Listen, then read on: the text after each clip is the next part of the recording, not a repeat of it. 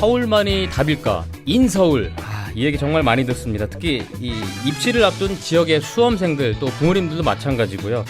지방대학의 또 신입생 미달 사태는 또 어제 오늘 얘기만이 아닙니다. 오늘 지역초생연구소에서는 이 벼랑 끝에 놓인 이 지방대들의 지방대를 살리는 해법에 대해서 한번 찾아보도록 하겠습니다. 전국 교수노동조합의 박지현 인제대 지회장님 모셨습니다. 어서 오십시오. 안녕하십니까? 네, 지금 방학 중이잖아요, 교수님. 네. 지금 어떻게 지내고 계세요? 너무 더워서 에어컨 앞을 안 벗어나고 있습니다. 그래서 오늘 여기 시원한 스튜디오에 나오신 거고. 네, 불러주셔서 고맙습니다. 네. 자, 앞부분에 저희가 지금 얘기를 했지만 지역 소생연구소에서 정말 이 지방대 얘기, 지역의 대학 얘기를 논해야 하는 이유, 바로 지역의 대학의 위기가 곧 지역 위기다. 맞습니까? 네, 그 말씀 맞다고 생각합니다. 네네네. 그러니까 정확히 말하면 지역이 위기가 와서 지역 대학이 위기가 온 건데 네.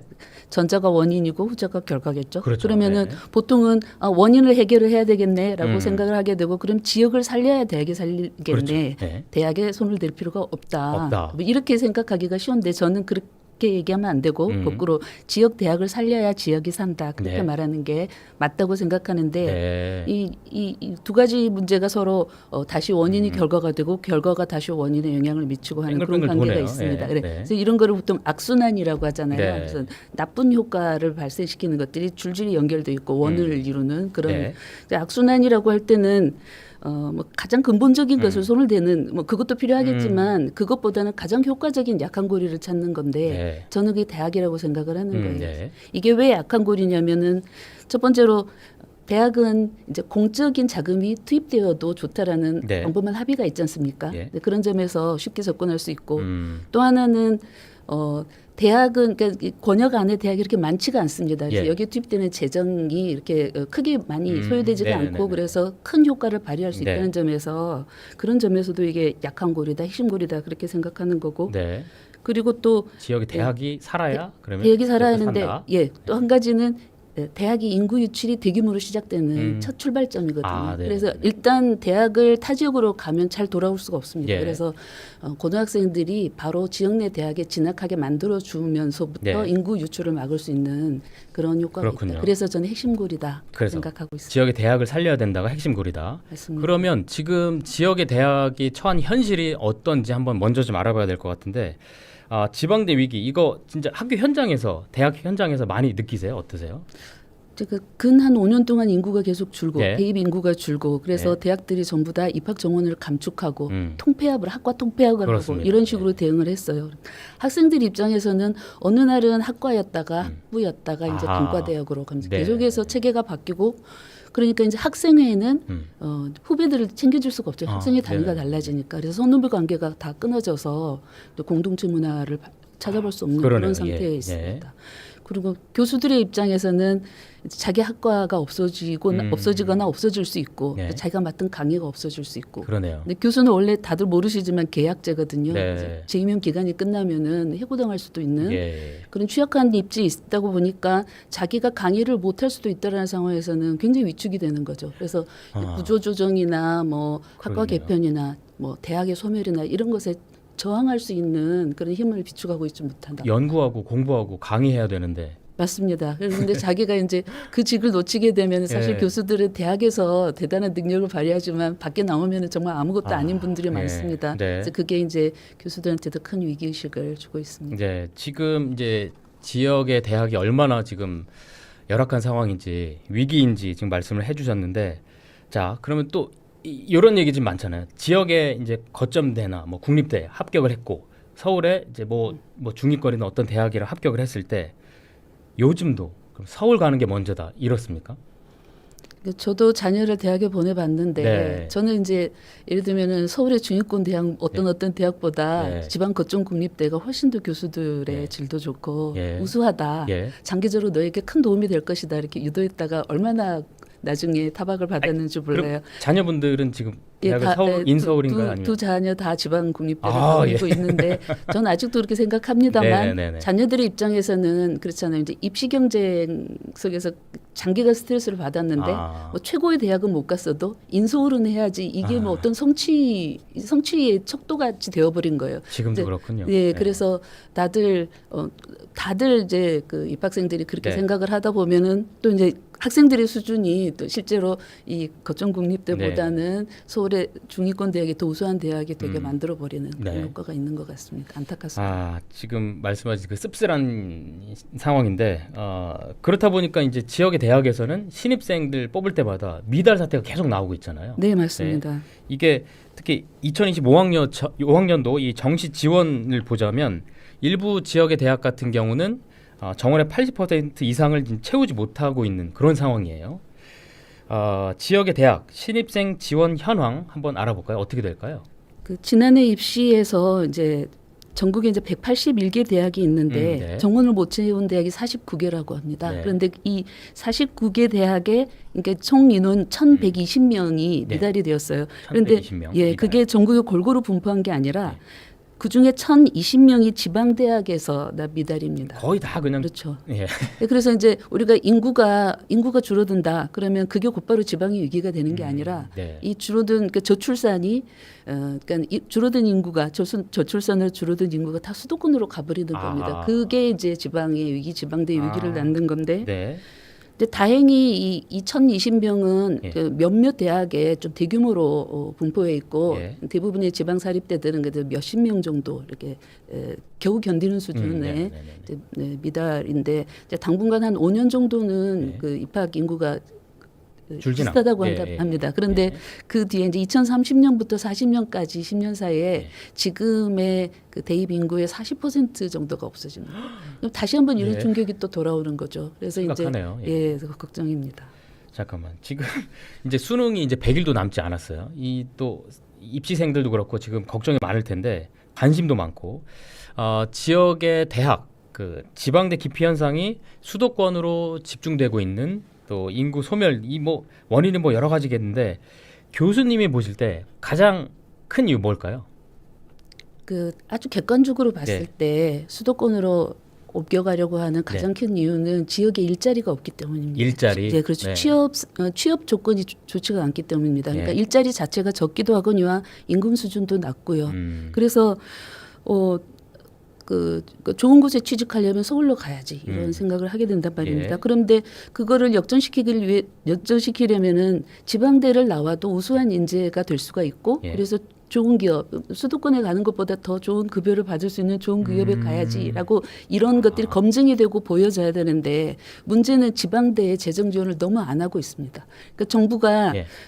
원래 이제 대학들이 정부 등록금만 가지고 운영하지는 네. 않습니다. 뭐 사립대학 같은 경우는 30% 정도가 정부 재원으로 운영이 지금 되고 나오고 있네요. 네, 국립대 같은 경우는 60% 정도가 정부 재원으로 예. 유지가 되고 있습니다. 수도권에 지금 재정 지원되는 것과 비수도권에 재정 지원되는 것 거의 이제 절반밖에 안 되네요. 비수도권은. 맞습니다. 그런데 제가 말씀을 잘못 들었는데 네네네. 사립대가 30%, 예. 국립대가 사립대가. 60% 정도 정부 예. 지원을 받아야 운영이 되는 맞습니다. 그런 상황인데 네. 이제 정부가 재정을 이제 국립대 사립대가 아니라 수도권과 비수도권으로 나누어서 얘기를 하게 네. 되면은 그 수도권으로 투입되는 정부 재원이 225억, 예. 비수도권에 투입되는 정부 재정이 121억 원인데 거의 예. 2배 차이가 납니다. 맞습니다. 예. 이제 이런 상황인데 물론 이제 어떤 심사를 거쳐서 연구비를 지급하고 이런 걸 하다 보면은 수도권에 재직한 교수들이 연구 역량이 큰데 어떻게 그렇게 자연스럽게 갈 수밖에 없어요. 이건 그렇죠. 핑계죠. 사실은 네네네.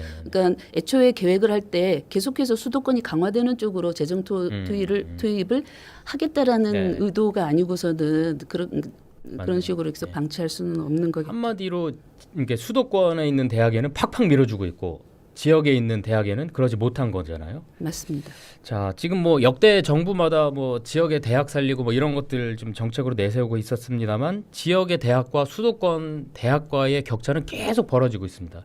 이렇게 백약이 무효가 되고 있는 건 왜일까요? 왜? 이제 그러니까 수도권 대학과 이제 지방 대학의 격차를 없애겠다라고 얘기했을 때 일단은 가장 중요한 게 재정 투입인데요. 근데 그것을 피하고 돈 안 드는 다른 방법을 찾다 보면 예. 백약을 썼다라고 말을 하는 거지만 사실은 가장 중요한 약을 안 쓴 거죠. 예. 근데 지금 우리나라가 그 대학교의 투입하는 재정의 그 총액 자체가 굉장히 네. 모자랍니다. 그러니까 예. 당연히 이제 지방 대학에 집중적으로 투입이 돼야 된다라고 지금 말씀을 드리는 거지만 예. 전체 금액 자체가 너무 적다는 거죠. 예. 우리 정부가 이제 OECD 다른 나라들하고 비교를 했을 때 네. 어느 정도의 돈을 쓰냐면 이제 보통 이제 GDP에서 몇 퍼센트를 쓰느냐를 가지고 비교합니다. 예. 각 나라마다 이제 금액으로 따지면 편차가 크기 때문에 네. 그런데 이 OECD 국가가 평균적으로 1% 정도를 대학 교육, 고등교육에 사용하고 있는데 쓰는데. 우리나라는 0.7%만 사용하고 있습니다. 그래서 그게 0.3% 차이가 어느 정도 큰가를 계산해봤더니 그게 연간 2조 원 정도가 됩니다. 2조 원. 네, 예. 2조 원 정도를 덜 쓰는데 그러니까 OECD보다 30% 모자란 돈을 해마다 이렇게 누적해서 그만큼의 미달된 돈을 쓰고 있다는 거죠. 예. 그러면서 정말 많겠네요. 그렇죠. 예. 예, 처음부터 대학에 투입하는 재정 규모를 늘려야 하고요. 예. 그리고 그게 수도권으로 가는 게 아니라 지방 대학으로 와줘야 예. 문제가 해결될 수 있다 네. 생각하고 있습니다. 지금 그러면 이재명 정부 같은 경우는 지금 이제 지역의 대학을 살리기 위해서 서울대 10개 만들기를 제시를 했습니다. 지금 이거는 노무현 문재인 정부의 서울대 개혁론하고 좀 어떤 차이가 있는 걸까요? 그러니까 과거 정부의 이제 서울대가 항상 문제이기 때문에 예. 그러니까 서울대가 거의 독점을 하면서 그러니까 우수한 여러 여건들을 독점을 하면서 네. 가장 정점에서 대학교의 서열 체계를 만들었거든요. 그래서 이제 과거에는 서울대를 폐지하자, 서울대 폐지론, 네. 국립대를 통합해서 서울대를 희석시키자 이런 게 이제 국립대 통합론 이런 얘기들이 있었는데 네. 이제 문제의식은 좋기는 한데 그러니까 서울대를 없애자라고 하면 사실은 이제 학부를 없애자는 구체적으로는 학부를 없애고 대학원 중심 대학으로 보내자 이런 취지로 얘기가 되긴 했었는데 예. 학부랑 연결이 안 되는 대학의 그렇죠. 연구 능력에 좀 문제 네. 있을 수 있어서 그게 아주 적극적으로 검토가 되지 않았던 것 같아요. 예. 그래서 지금 이제 서울대 10개 만들기는 비교적 최근에 네. 만들어진 제안인데 예. 어, 서울대 10개 만들기. 예. 그런데 이제 이번에 이제 대통령이 자기 공약으로 내세웠고 그래서 이제 지금 던져진 건 서울대 10개 만들기 이름뿐입니다. 그래서 사람들이 그러니까 흔히 떠올리기로는 거점 국립대 한 10개 정도를 예. 선정해서 서울대만큼의 재정을 투입을 예. 하나 보다. 이렇게 이해를 한단 말이에요. 예. 그래서 이제 사실 이게 단순히 그렇게 이해하면 굉장히 문제가 큰 거예요. 예. 그래서 그 정부가 뭐 향후에 구체적인 안을 마련을 하기는 할 텐데 그 서울대 10개라고 하는 것에 들어가는 돈을 어디에 쓰느냐 하는 것이 사실 그 방안의 성패를 좌우할 것이다. 그렇게 생각하고 있습니다. 그러면 그 예산을 지금 서울대 10개 만들기 같은 경우는 지역에 거점 국립대 9곳에 이제 예산을 좀 제대로 지원하겠다, 키우겠다 이거잖아요. 뭐 경남 같은 경우는 경산 국립대 그리고 부산에는 부산대 이렇게 될 수 있겠는데 서울대하고 또 지방의 이 거점 국립대 재정 지원 얼마나 차이가 나고 있어요? 이 통계를 보니까 2023년에 기준으로 네. 만들어진 통계를 보니까 네. 학생 1인당 교육비로 계산을 한 비교예요. 그래서 서울대가 1인당 교육부가 6,059만 원. 그러니까 대학이 주는 자금이 그랬던 개인이 쓰는 돈이 아니라 네. 대학이 정부가 서울대에 1인당 교육비 6,059만 원을 제공을 하고 있고 1인당 네, 학생 1인당 교육비로 9개 거점 국립대에는 1인당 교육비 2,450만 원을 거의 3분의 1 수준 이런 네, 맞습니다. 그래서 이게 같은 이제 국립대인데 그리고 이제 지역을 살리기 위해서는 분산을 시켜야 되지 않느냐 해서 이제 서울대 수준으로 지원하겠다라고 하면서 이거를 서울대 70% 정도 수준까지를 끌어올리겠다고. 예, 그게 이제 지금까지 나와 있는 그 정부의 공식적인 내용입니다. 그러면 지금은 서울대 40% 정도인데 서울대 70% 정도까지 높이려면은 이제 대략 한 3조 원 정도의 예산이 더 들 것이다. 해마다 그렇게 이제 계산이 되던데 그러면 이제 기존에 이렇게 대학에 투입되던 돈 이외에 더 끌어와서 투입을 한다 하더라도 이게 규모가 너무나 크기 때문에 이제 그 외에 거점 국립대 외에 다른 부분이 소외되는 것 아니냐. 그런 혹은 또 나오겠네. 그동안 투입되던 재정들을 빼내가지 않느냐 이런 걱정들을 하고 있는 것 같습니다.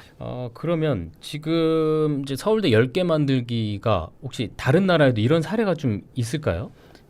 이 서울대 10개라는 슬로건 자체가 그 경희대 김종윤 교수가 책으로 써서 전에 나왔었습니다. 네. 거기에서 이제 본인이 뭐라고 했냐면은 캘리포니아 주립대 체제다 이것은. 근데 거기서 많이 시사를 받았다. 예. 그래서 이제 캘리포니아 주립대 체제가 어떤 거냐면 연구 중심인 대학이 이제 캘리포니아 대학이 정점에 있고 예. 그 밑에 이제 교육 중심 대학인 캘리포니아 주립 대학이 있습니다. 예. 그 밑에 커뮤니티 칼리지라고 해서 다양한 이제 직업 중심 교육 지역 대학들이 그 가장 밑에 있는 3단계 체제를 예. 가지고 있는데 이제 이것을 이제 모델로 하고 있습니다. 그래서 사실은 그 김종우 교수의 서울대 10개라고 하는 그 아이디어를 채택한 것이라고 하면 거점 국립대 9개에다 그냥 돈을 나눠준다 해서 끝나는 건 말이 안 되는 예, 거죠. 예, 어떻게 이 네트워크 체제를 만드느냐가 아, 예. 내용의 핵심이 돼야 된다. 그래야겠네요. 그렇게 생각하고 있습니다. 네. 근데 그 이 캘리포니아 주립대학 그 체제를 우리가 그대로 가지고 오기에는 어떤 문제가 있냐면 네. 그 캘리포니아에서는 학생의 90%가 그 공립대학에 재학하고 있고 공립대학의 개수가 70%인 거예요. 다르네. 사립대 개념이 그렇죠. 아니군요. 예. 그러니까 지자체가, 그러니까 주정부가 재정 지원을 하면서 시스템을 이렇게 만들겠다, 이렇게 해쳐 모여라라고 예. 했을 때 곧바로 이렇게 실행이 되고 그게 대학 전체의 시스템을 결정할 수 있는 그런 여건이 있는데 네. 우리는 사립대가 80%입니다. 예. 그러면 이제 정부가 이제 국립대를 이렇게 저렇게 모여서 시스템을 만들어 보겠다라고 했을 때 서울대 10개라고 하는 것은 이건 네트워크 체제다라고 하고 이제 거점 국립대와 중소 국립대를 연결하는 어떤 시스템을 만들겠다고 했을 때 따라와 봤자 예. 아마 15%나 20% 정도의 국립대학 가지고 이제 효과가 나겠느냐 예. 하는 그런 문제가 있어서 사실은 김종훈 교수도 그랬고 예. 교수들 그러니까 교수 여러 단체들이 모두 생각할 때 1차적으로는 국공립대학을 가지고 체계를 만들고 그 이후에는 이제 사립대학도 그 안에 편입시키는 네트워크 체제로 가야 한다. 그러지 않고서는 성공할 수 없다. 그렇게 그렇군요. 제시를 하고 있습니다. 자, 지금 말씀하신 아까 사립대 얘기처럼 서울대 10개 만들기 안처럼 뭐 지역의 거점 국립대에 예산을 그냥 팍팍 지원해주면 오히려 지역에 있는 사립대들은 또 소외되는 거 아니냐 뭐 이런 우려도 있거든요. 여기에 대해서는 어떻게 생각하세요? 맞습니다. 그러니까 그 거점 국립대 9개에만 투입을 하면 이제 대학 9개, 서울대 10개를 만들고 대학 100개를 죽이는 거고요. 그렇죠. 그럼 거기에 이제 그러면 중소 국립대 정도를 포함하는 국공립대 연합까지만 생각을 하게 되면 80%의 사립대를 죽이는 결과가 나오는 거죠. 아하. 그러니까 너무나 막대한 금액을 이제 투여를 하는 것이기 때문에 예. 항상 그러잖아요. 어떤 집중이 있으면 소외가 생기기 마련이잖아요. 그래서 그 서울대 10개 만들기는 사립대까지를 포함하는 네트워크 네. 시스템이어야 한다는 거고 그 이 네트워크라는 것은 그냥 단순히 손을 잡고 있다. 뭐 한 울타리 안에 있다. 이게 아니라 체계적으로 연결이 돼 있어야 되는데 예. 그게 이제 아까 그 캘리포니아 주립대학처럼 정점의 연구 중심 대학의 허브가 있고 거기에 이제 일반적인 교육을 담당하는 대체로는 4년제 대학이겠죠. 4년제 대학이 있고 가장 밑에는 이제 직업 교육을 담당하는 전문대까지를 네네네. 포함하는 예. 또 물론 사립대를 모두 포함하는 그런 네트워크 체제야만 성공할 수 있다. 그렇군요. 한편으로는 이제 이 서울대 10개 만들기보다는 그 지역마다 특화된 산업이 있잖아요. 그쪽하고 좀 연관을 지어서 해보는 게 어떤? 예를 들면 경남 같은 경우는 뭐 조선이나 우주항공 방산 쪽하고 연관을 지어가지고 뭐 경남의 이 서울대 관련 학과를 좀 한다거나 이런 식으로 이런 건 좀 현실성이 있다고 보세요. 어떤 게 더 가능할까요? 그러니까 이제 그 대학 네트워크라 하더라도 지역 대학 네트워크이기 때문에 그 지역에서 특별히 이렇게 집중해야 될 산업이나 이런 것들을 당연히 고려하는 게 맞고 예. 그다음에 지역 특색에 맞는 인재를 배출하고 그게 이제 산업으로 흡수되고 그런 거는 좋은 생각이긴 한데 네네네. 이제 한간에는 서울대를 10개로 쪼개서 뭐 어떤 영역은 네네네. 뭐 강원도로 보내고 어떤 영역은 전남으로 보내고 이렇게 하자 쪼개서 흩트리자 네. 뭐 이렇게 얘기하는 분들이 있어요. 그런데 그런 주장들이 이면에는 이제 파리 1대학부터 뭐 12대학까지 네. 시스템을 이제 염두에 두고 말씀들을 하시는 것 같은데 파리의 여러 대학들은 이제 그렇게 전공별로 분야별로 나뉘어 있기는 합니다만은 그게 네네네. 파리라는 권역 안에 다 있거든요. 네. 근데 우리 전국은 너무나 넓지 않습니까? 네. 그렇게 되면은 뭐 항공우주 분야는 경남에 보내고 그랬을 때 그 학문 분야 간 그 협업 예. 학생들 역시 또 자기 전공 말고 다른 전공의 교수들의 강의를 들어야 하고 네네네. 이제 협업이나 융합 이런 것들이 곤란해져서 좀 바람직하지는 않다 이렇게 생각하고 네. 있습니다. 지금 뭐 지역 같은 경우는 스스로 이제 통합하고 이런 움직임도 지금 있고 지금 진행이 되는 곳도 있어요. 지금 경남 같은 경우는 경상대하고 지금 경남과기대가 지금 경상국립대로 통합이 됐고 국립창원대 같은 경우도 지금 나오고 있죠. 경남도립거창대 그리고 경남도립남해대하고 지금 통합 승인을 받아서 지금 내년 3월 개교를 앞두고 있습니다. 이렇게 이 대학 간의 통합이 지역의 대학 소멸에 한 방법이 될 수 있을까요? 그러니까 그 대학 간 통합 여러 네, 얘기를 네, 들려주셨는데 네.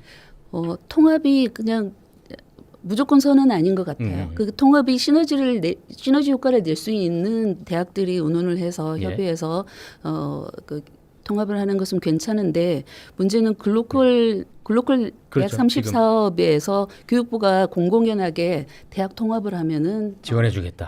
그다음에 또 무학과 전형을 하면 지원해주겠다 이렇게 가이드라인을 세워버려서 무조건 여기저기서 통합을 추진을 했거든요. 그런데 그러니까 통합이라고 하는 건 아까도 말씀드렸듯이 단순히 그 경계만 하나로 묶는다라는 게 아니라 체계적인 분업이 이루어져야 되는데, 그러니까 똑같은 대등한 두 개의 대학이 합하게 되면은 주도권 싸움이 되게 되고 행정적으로 비효율을 낳게 되는 그런 측면이 있어요. 그리고 또 어떤 대학이 훨씬 압도적으로 크고 작은 대학이 이렇게 흡수가 되는 경우에는 자기들이 이제 뭐 불이익을 받는 것이 아니냐 이런 우려를 하게 되고 네네. 그래서 최근에 뭐 한 5년 전에 통합한 어떤 대학을 보면 그 거리가 굉장히 가까운데도 각 대학의 학과를 통합을 못 하고 있어요. 똑같은 네. 학과를 똑같은 강좌를 각각 두 캠퍼스에 개설하고 있고 그래서 이게 통합의 효과를 발휘할 수 있느냐라고 하는 것에서 정말 자주적이고 자율적인 네네. 결정이 일어나게 하고 그걸 이제 정부가 지원해야 된다 그렇게 생각합니다. 네. 한마디로 뭐 지역을 살리는 대학 그리고 대학을 지키는 지역 이게 바로 지역 소생의 방법이 될 수 있겠다 이렇게 정리해 볼 수 있겠고 마지막으로 그러면 지역의 대학 살리는 방법 교수님 못다한 얘기 있다면 해주시죠.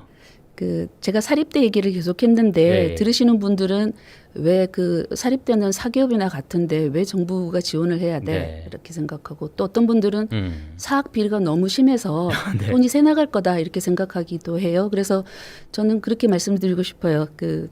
사립대의 재학생들을 위해서 투여하는 거예요. 그러니까 재학생들.